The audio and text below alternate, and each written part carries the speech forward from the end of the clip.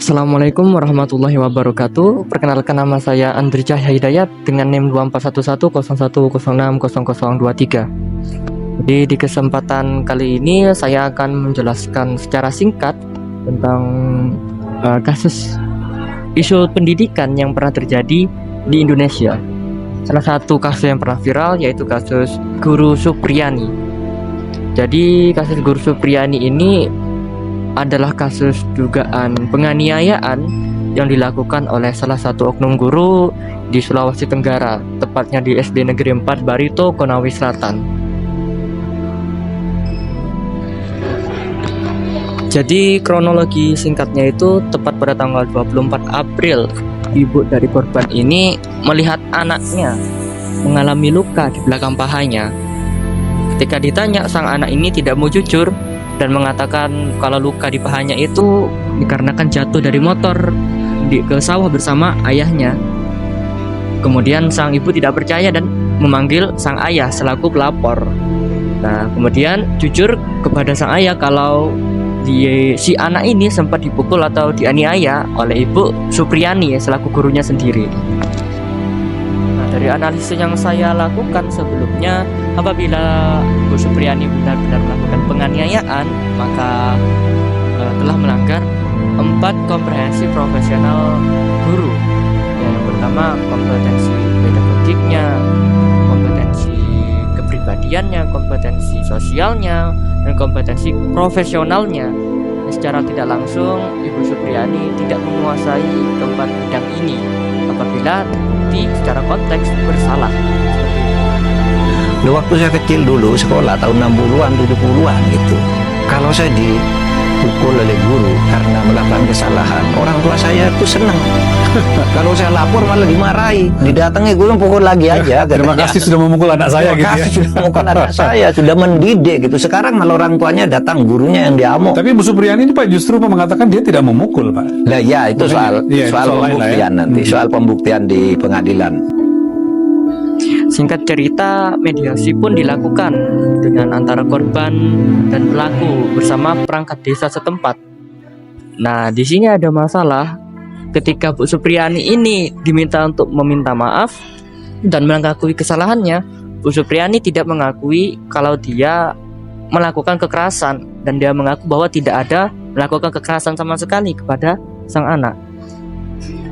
Walaupun sempat meminta maaf, tapi sang ayah atau selaku korban ini tidak terima dan merasa permintaan maafnya itu terpaksa, sehingga sang ayah dari anak korban ini melaporkan atau melanjutkan kasus ini ke hukum. Karena mediasi yang dilakukan tidak ditemukan titik terang, maka sang ayah pun melaporkan kasus ini kepada pihak yang berwajib, seperti itu.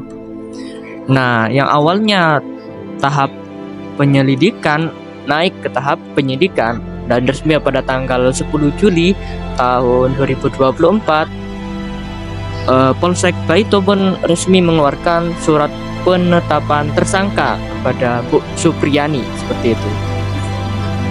Setelah melakukan berbagai macam penyidikan dan juga penetapan tersangka, pada akhirnya Bu Guru Supriyani ini dinyatakan tidak bersalah dan divonis bebas oleh hakim, tepatnya pada tanggal 25 November tahun 2024, yang dimana tanggal ini adalah tanggal atau Hari Guru Nasional, seperti itu.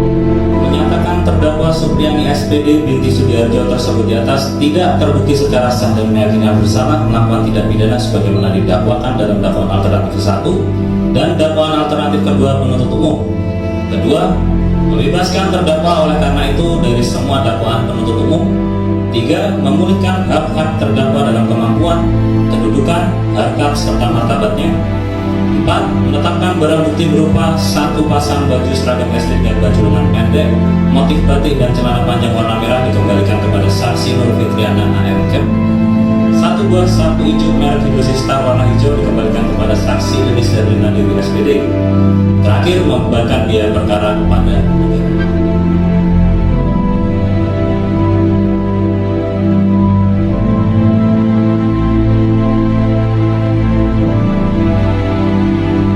Jadi pelajaran yang bisa kita ambil dari kasus ini adalah seharusnya pemerintah memperhatikan kesejahteraan guru, karena mereka lah pilar pendidikan suatu bangsa dan tonggak kemajuan suatu negara. Saya harap implementasi perlindungan guru dapat dilaksanakan dengan cara yang semestinya. Dan terakhir, sudah selayaknya seorang murid harus berbakti kepada gurunya. Sekian dari saya, Andri Cahya Hidayat. Kurang lebihnya mohon maaf. Semoga apa yang sedikit saya sampaikan ini bisa bermanfaat bagi kita semua. Sekian dari saya. Wassalamualaikum warahmatullahi wabarakatuh.